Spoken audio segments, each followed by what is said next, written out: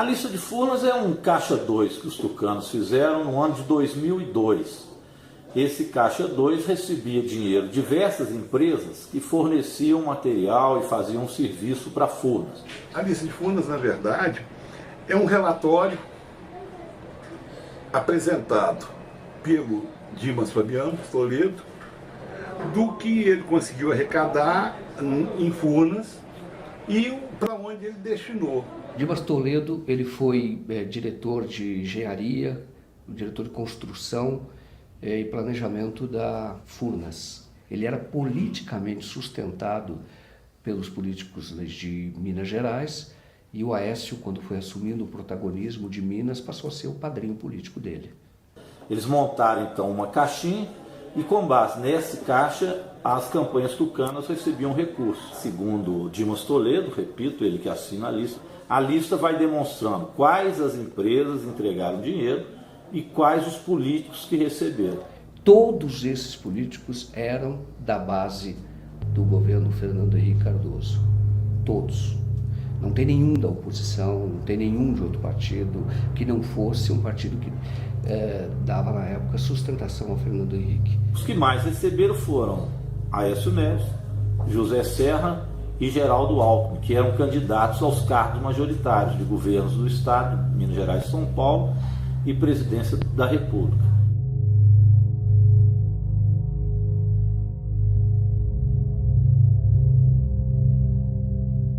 Esta carta foi feita, esta lista foi feita para que nunca se tornasse pública.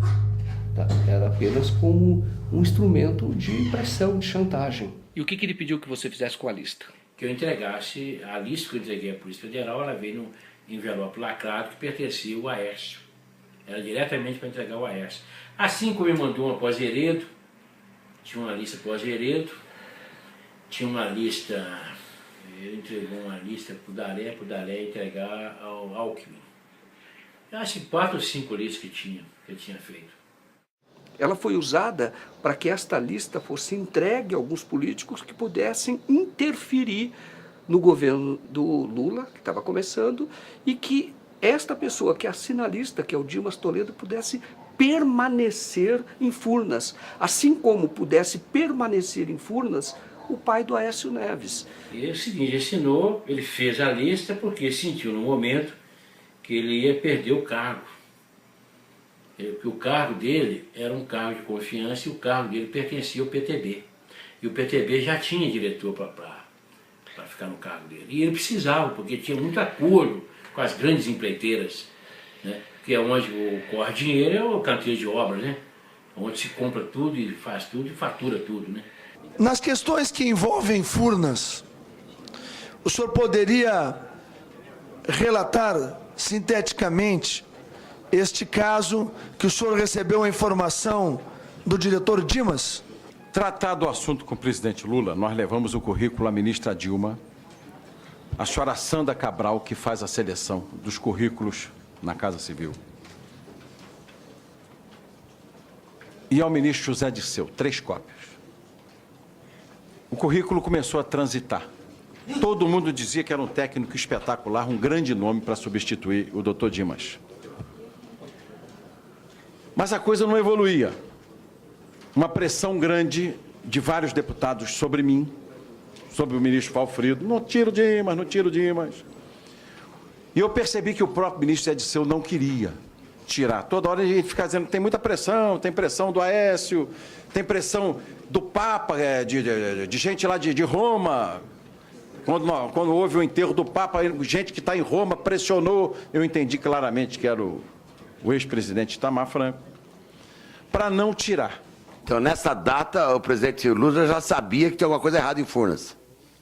Não.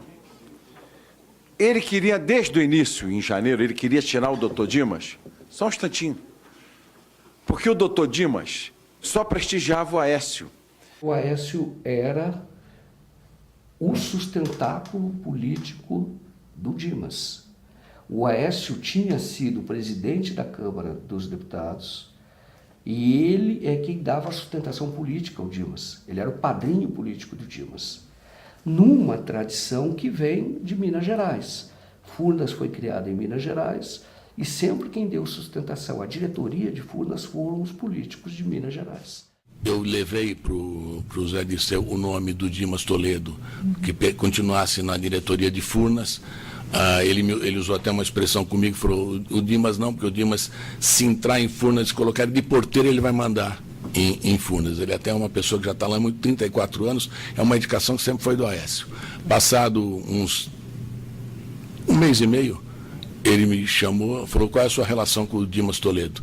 Falei, minha relação com o Dimas Toledo, eu tive com ele 3 vezes, achei ele competente, um cara profissional. Falei, não, porque esse foi o único cargo que o Aécio pediu para o Lula. Então você vai lá conversar com o Dimas e diga para ele que a gente vai apoiar a indicação dele. Eu fui conversar com o Dimas e o Dimas, na oportunidade, me colocou da mesma forma que eu coloquei o caso da Petrobras, em Furnas era igual. Ele falou, vocês não precisam nem aparecer aqui, vocês vão ficar um terço São Paulo, 1/3 Nacional e 1/3 Aécio.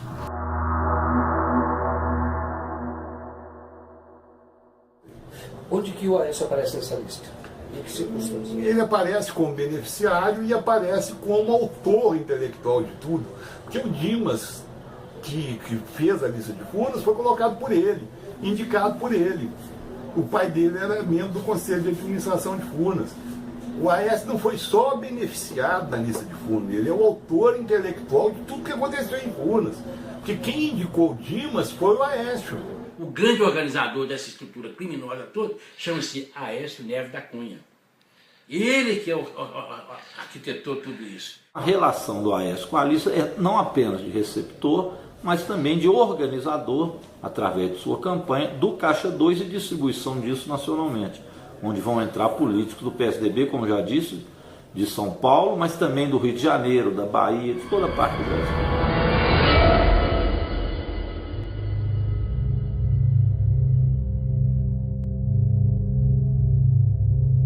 Como é que esse recurso era arrecadado? Eram fornecedores de Furnas, na maior parte, e empresários do relacionamento do Dimas. No caso dos fornecedores, o caminho da propina, você simulava uma consultoria. Então, a empresa recebia esses recursos e uma parte dos recursos que ela recebia por serviços prestados em Furnas, esses recursos que eram recursos superfaturados, parte desses valores retornava para o caixa, vamos dizer assim, o Caixa 2 do Dimas, que era o diretor de Furnas. Como retornava? Na forma de uma prestação de uma consultoria fajuta. E esse dinheiro, então, de Caixa 2, dinheiro em espécie, era então entregue aos políticos. Como é que nós sabemos que é um dinheiro de espécie? Um desses políticos, que foi o Roberto Jefferson, que recebeu os recursos, ele recebeu no escritório dele de uma mala de dinheiro. Recebeu do próprio Dimas. E ele conta, ele confessa que recebeu esses recursos.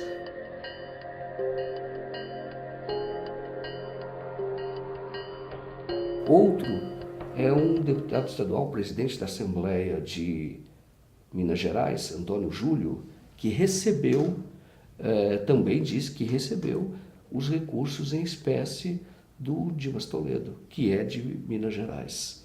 Por que as pessoas acabam assinando listas, fazendo contratos? Por quê? Faz porque o Dimas exigia isso, né? Hoje, por exemplo, você está vendo a delação premiada hoje, como é que eles estão entregando um entregando o outro. Isso sempre existiu. Sempre existiu. Olha o Youssef com a lista dele. O Youssef não tinha a lista dele? Furnas, o modus operandi, isso já demonstrado no inquérito da Polícia Federal, é muito parecido com o que se mostra hoje, por exemplo, na Petrobras ou qualquer outro escândalo de estatal, ou do metrô de São Paulo. O caminho é o mesmo. Quer dizer, quem presta serviços para a empresa estatal tem que pagar um pedágio, paga um pedágio.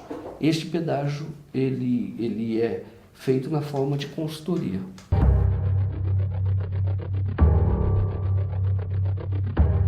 Alguma vez você entregou dinheiro de algum esquema para Andréa Neves? A Andréa recebia dinheiro. Sempre recebeu. Ela usava algumas firmas de fachada. O dinheiro vinha de onde? O dinheiro vinha todo de esquema. Pode dizer algum? Vinha da Toshiba, vinha... O Dimas apurava o dinheiro e mandava entregar.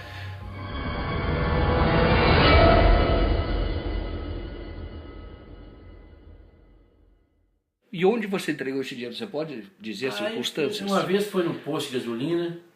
Onde o posto?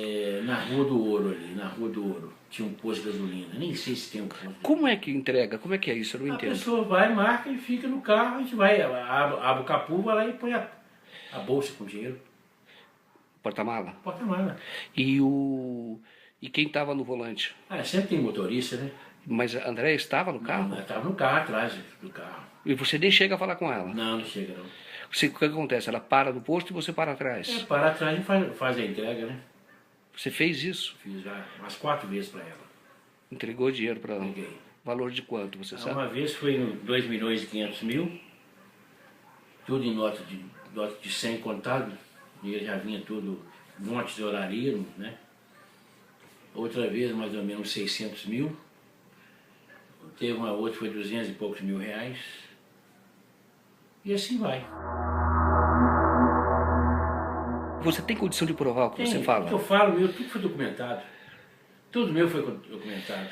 A Andréia está na lista como a pessoa que ela viabiliza os recursos para um comitê de prefeitos. Ela recebe esses recursos. Agora, a Andréia não está só na lista. A Andréia é indiretamente citada pelo Alberto Youssef, doleiro de Curitiba. O senhor sabe quem era o operador do PSDB na época? A gente sabe por ouvir dizer, né? Então, ouvir dizer, não tenho certeza, não posso afirmar, mas diziam que era a irmã dele, irmã do Aécio. O senhor ouviu isso de quem? Ouvi do seu José, ouvi do próprio Daré, né? O senhor falou que o Antônio Daré comentou com o senhor. O que o senhor lembra dessa conversa? O que ele falava? Algum dado específico? Algum lugar? Não, às vezes ele estava discutindo valores com o seu José e aí falava, eu não posso pagar mais que isso, porque ainda tem a parte do PSDB, esse tipo de coisa. Então aí você acaba escutando. O Youssef, réu confesso, operador confesso, ele dizia o seguinte, que ele operava para um político do PP, do Janene, que é do Paraná, o estado dele também. Falecido já. Então, ele tinha lá, o PP tinha os seus recursos ali. E quem ia buscar esses recursos? Youssef. Uma vez ele foi buscar esse recurso no dono de uma empresa de Bauru, chamada Bauruense, que é uma grande prestadora de serviços para Furnas e, segundo o que a Polícia Federal descobriu e o Ministério Público denunciou, Bauruense prestava serviços superfaturados para Furnas. A Bauruense é o seguinte, era uma empresa que ela... O Dimas é sócio da Bauruense, eu acredito que a Aécio também seja sócio. Não posso afirmar, mas eu acredito. Porque a Bauruense ela tinha muitos contratos sem licitação. Na verdade, o partido que tinha a diretoria, né? Mas quem operava a diretoria era o Zé Janeiro, em comum acordo com o deputado Aécio. Quem que falou isso pro senhor? O próprio deputado Zé Janeiro. Ele falou isso pro senhor? Falou. Mais de uma vez? Mais de uma vez. Na verdade, o Partido Progressista não tinha a diretoria só, e sim dividiria com então, o PSDB, no caso, a cargo do deputado Aécio Neves. Quanto que eles recebiam? Tanto o PP quanto o PSDB, o senhor sabe a divisão? A divisão eu não sei, mas eu sei mais ou menos pelos valores que a Bauruense me passava mensalmente. Era coisa de mais ou menos, na época, $100 mil, 120 mil. O Youssef vai lá para buscar o dinheiro que pertencia pertencia, na visão dele, porque pertence ao povo brasileiro, mas na visão dele, era o do feudo, da cota do PP. Aí ele foi até lá e recebeu, e foi receber o dinheiro, só que ele esperava receber o dobro. Mas aí o dono da Bauruense falou, não, metade, a irmã do Aécio já veio e levou. Ela veio pessoalmente aqui. Aí o Youssef liga para o Janeiro e fala, mas ó, não é aquele valor que você está me falando, porque a Andréa já veio e pegou metade. O Janeiro falou, pode vir embora, porque realmente é do Aécio. Tá? Na Casa de Pedra você esteve alguma vez? Estive lá, lá é onde faz as festas. Mas você esteve lá? Estive lá. O que você esteve fazendo lá? Lá entregando dinheiro também.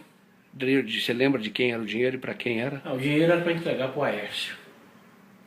E você entregou para ele? Entreguei. Mas para ele mesmo, não? Ele mesmo. Você já esteve frente a frente com ele? Várias vezes. E esse dinheiro que você entregou para ele vinha de onde? Furnas. Você lembra quem era o fornecedor? Hein? Lembra quem era o fornecedor? Vinha Janeiro pedia para entregar com o esquema com o Bauruense.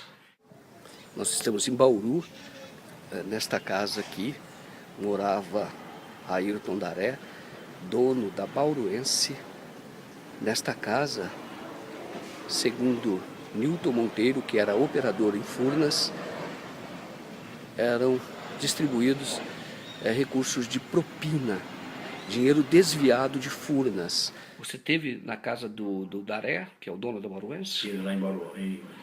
Você esteve lá? Eu estive lá, fico umas 3 vezes lá. Você lembra como era a casa dele? É uma casa muito grande, né? Um muro muito grande, toda murada.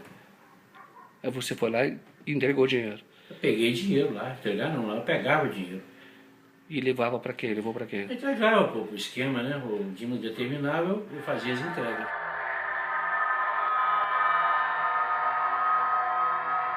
Assim que eu recebi esse material, eu entreguei para a Polícia Federal ainda um xerox de cópia autenticada. A Polícia Federal, de posse daquilo, disse que não poderia saber se era verdadeiro ou falso, visto ser ainda de xerox. Aí ele pressiona o Nilton para que o Nilton entregue a lista original, E o Nilton, então, num dia quando todo mundo dizia a lista é falsa, este homem, o Nilton Monteiro, é um estelionatário, um falsificador. Quando todo mundo dizia isso, vai o senhor Nilton, vai e entrega à Polícia Federal original. A verdadeira lista de Furnas, ela foi apreendida pelo Praxedes em 2006. Ela foi apreendida após o Roberto Jefferson denunciar o esquema. E o Milton Monteiro foi levar a lista na Polícia Federal, o Praxedes tomou a lista dele e apreendeu.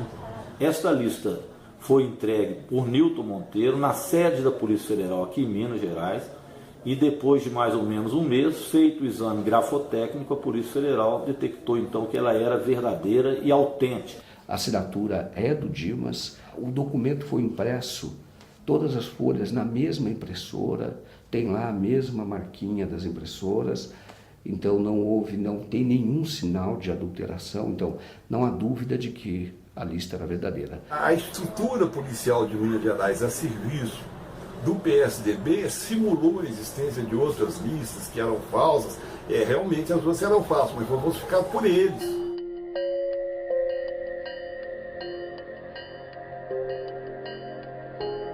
No caso da lista de Furnas, todos esses políticos foram denunciados à Procuradoria-Geral da República e nada aconteceu lá.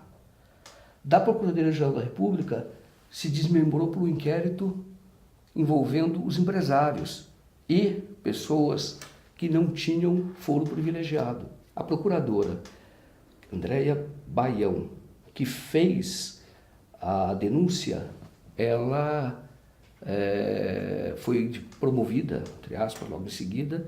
A denúncia chegou ao juiz federal. O juiz decidiu que, curiosamente, embora envolvesse uma empresa estatal federal, não era assunto da Justiça Federal. Remeteu todo esse processo, que já fruto de uma investigação de 3 a 4 anos, remeteu todo esse processo primeiro para a Justiça Estadual do Rio de Janeiro. A Justiça Estadual do Rio de Janeiro, o Ministério Público Estadual do Rio de Janeiro, que poderia ter denunciado essas pessoas, remeteu para a Polícia Civil, o delegado, e o processo então voltou para a ponta. e começou tudo de novo. Quer dizer, não começou, porque esse inquérito está parado. Por que uma investigação tão flagrante, tão cristalina, crimes assim, como essa, por que isso não vai adiante? Que força é esta que opera?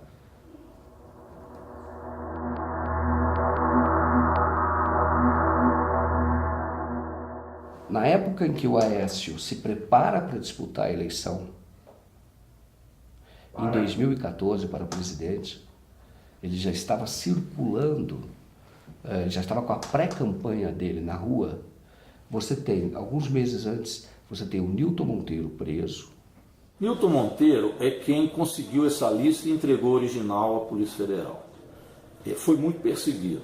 Ele tinha outras denúncias contra ele e a Polícia Civil em Minas, essa polícia ligada ao senador Aécio Neves, policiais civis, não a polícia, policiais civis ligados ao senador Aécio Neves, acabaram por armar contra ele e ele foi preso por outras questões, jamais pelo caso de Furnas, que aliás ele ganhou na justiça quando o acionaram. Mas ele foi preso, evidente, em retaliação à entrega que teve da lista de Furnas. Nada foi provado contra ele, foi solto e a situação dele em relação à lista de Furnas, ele não tem nenhum processo contra ela julgado e condenado. Depois, você tem o dono de um site, o dono do jornal, preso, sob a acusação de que ele agia em conluio com o Nilton. O Nilton não tinha nenhuma condenação, só que eles não tinham relação nenhuma, não fosse fonte, a relação de fonte.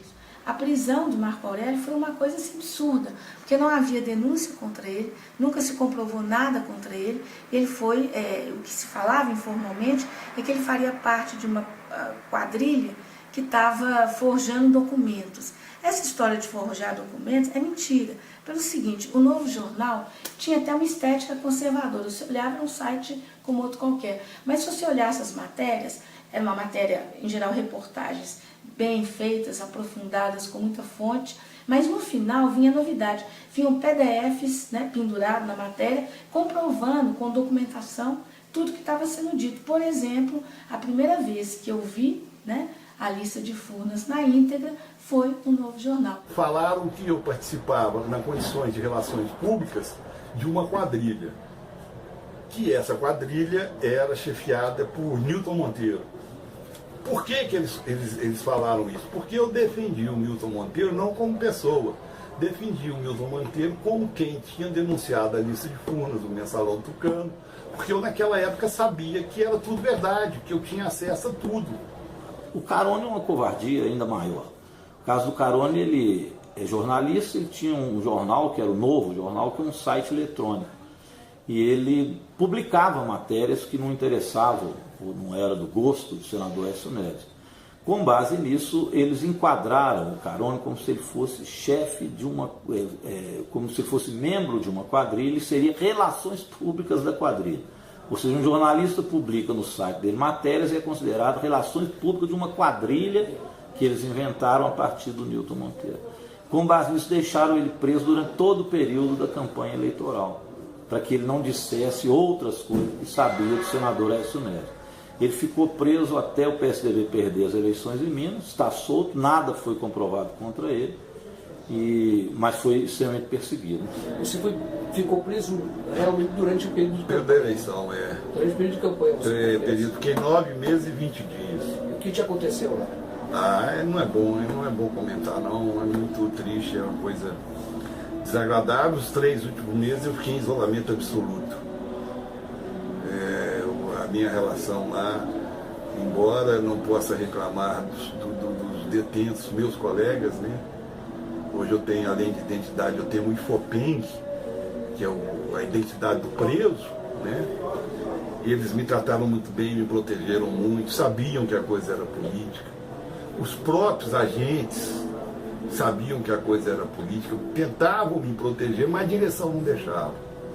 Eu dependo de remédios, porque eu tenho pressão alta, eu tenho diabetes, e eles suspenderam tudo. Aí eu tive um infarto, tive um AVC, e fiquei praticamente 9 meses deitado, o que acabou resultando na atrofia da minha bacia, que ficou com a diferença na perna de 15 centímetros, que eu estava recuperando de uma cirurgia quando fui preso. O que exatamente vocês falavam da lista de Furnas no jornal? Olha, quando eu cheguei ao jornal, a lista de Furnas já estava de posse do Marco Aurélio. E havia uma campanha generalizada dos tucanos no sentido de dizer que a lista era falsa, quando nós tínhamos uma cópia do laudo da Polícia Federal dizendo que era verdadeira. E não é cabível crer que a Polícia Federal do Brasil ia falsificar, ou melhor, ia atestar como válido um documento falso. E foi essa lista que o Carone, o Novo Jornal e o Geraldo Elísio publicaram em primeira mão. E é isso que realmente, é por isso que precisava desqualificá-los. Porque se provasse, né, que aquela matéria era verdadeira, como acabou sendo provado, quem ficaria mal? Os integrantes da lista de Furnas. E se desqualificasse quem estava publicando, quer dizer, desqualificaria a denúncia e seguramente os denunciados. Além disso, a Polícia Civil consegue autorização da Justiça, consegue o apoio do Ministério Público e mandado da Justiça. Tanto os mandados de prisão dessas duas pessoas, consegue mandados de busca e apreensão na casa de um jornalista que trabalhava no Novo Jornal, que é um jornalista que já ganhou o Prêmio ESSO, uma pessoa séria, foi secretário da Cultura em Minas Gerais, excelente reputação. O Geraldo Elísio, que é conhecido no rádio, foi conhecido lá como Pica-Pau. Você fez muitas reportagens na época da ditadura militar, combateu a ditadura militar, jornalista investigativo. Você esperava sofrer uma busca e apreensão, revirar, levar seu computador aqui da tua casa, e também a prisão do dono do site onde você trabalhava, em pleno regime democrático? Nunca. Agiram com mais violência, infringiram mais a ordem democrática do que os próprios militares dentro do regime de governos militares. Na verdade, o que se pretendia era destruir a reputação dos dois, quase de uma forma tipo assim, olha, preste atenção, tá? Os patrões estão cooptados, grande parte dos jornalistas também, e aquele que se atrever a botar a cabeça para fora, olha o que vai acontecer com ele. Além disso, também tem a Justiça autoriza, a Polícia Civil pede, o Ministério Público concorda, a polícia autoriza o mandado de busca no advogado do Newton e do Carone. Isso é absolutamente inusitado, isso é um atentado. Você fazer atentado contra a imprensa é muito grave. Você entrar na casa de um advogado e no escritório dele fazer busca e apreensão é tão grave ou talvez mais grave do que isso. Porque existe realmente o advogado, ele tem segredos dos seus clientes. E você, a não ser que o advogado esteja envolvido em crime diretamente, você não pode fazer isso. E isso foi feito lá. Quem mexeu com lista de Furnas aqui em Minas foi perseguido. Eu quase tive mandado cassado, os outros dois foram presos, sendo que o Carone por pouco não tinha um infarto e morria na cadeia. Felizmente conseguiu sobreviver, mas essa é a realidade, o fato sobre a lista de Furnas. Mas existe liberdade de expressão no Brasil? Existe, teoricamente existe liberdade de expressão, sim. Ou deveria existir. Mas no Brasil, o que eles não conseguem censurar através da censura econômica, eles censuram através da censura judicial, em último caso, na prisão. Essa é a verdade sobre o Brasil hoje. Isso aconteceu em Minas. Isso aconteceu em Minas não foi há muito tempo atrás. Isso aconteceu em Minas no ano passado. Isso aconteceu em Minas no ano retrasado.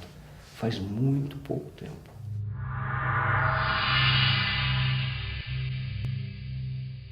Existe no Brasil algo que incomoda qualquer pessoa que tenha amor pela justiça ou pela democracia, que é 2 pesos e 2 medidas. Se você investiga, investiga todo mundo. Não passa a mensagem que você está passando hoje, de é o seguinte, se você se envolver com um determinado grupo político, você vai ser massacrado.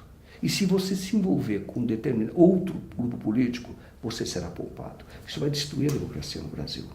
Ô Dilton, você estaria disposto a fazer uma delação premiada? Eu já estou a caminho de fazer um acordo muito grande. E para você fazer esse acordo, você precisa do quê? Eu preciso que meus casos sejam federalizados, pegar todos esses inquéritos que eles me indiciaram e me denunciaram e levar tudo para a Polícia Federal e fazer perícia da Polícia Federal. Porque eu confio na Polícia Federal. Tenho esperança porque agora esses 3 fatos se ligaram. A lista de Furnas, a denúncia da doutora Andréa Baião e agora a denúncia do delator Alberto Youssef. Quando as 3 se interligaram, eu entreguei, junto com o deputado federal Padre João e o deputado Adelmo Leão, a lista nas mãos do doutor Janot, explicando para ele, tintim por tintim, isso que eu estou falando aqui. Levamos as provas e conclusões. O Janot só não investiga Aécio se não quiser. Você sabe que eu procurei o autor da lista, o Dimas. Eu procurei o autor da lista, o Dimas, ele mora num apartamento de luxo lá na Barra da Tijuca, e ele tem uma fazenda, o filho dele é deputado federal, e ele fica, a vida dele hoje, ele se aposentou, ele não está mais em Furnas, mas é um homem muito rico, e ele fica entre a Barra da Tijuca e a fazenda. Eu tentei falar várias vezes com ele, uma das vezes desconfio que ele mesmo atendeu, só que disse que não era ele, disse que era uma outra pessoa, mas outras vezes que eu tentei falar com ele, dizia que ele estava na fazenda dele, no interior de Minas. Enfim, ele está livre, leve, solto, é o Dr. Dimas, respeitado por muita gente. No caso do chamado mensalão do PT, as pessoas já foram presas, já estão cumprindo presa, tem uns que estão sendo até soltos. E no caso dos tucanos, nada é investigado. Eu não gosto de teoria da conspiração, fujo disso como jornalista. Mas no caso você vai lá e fala, mas por que não investigou?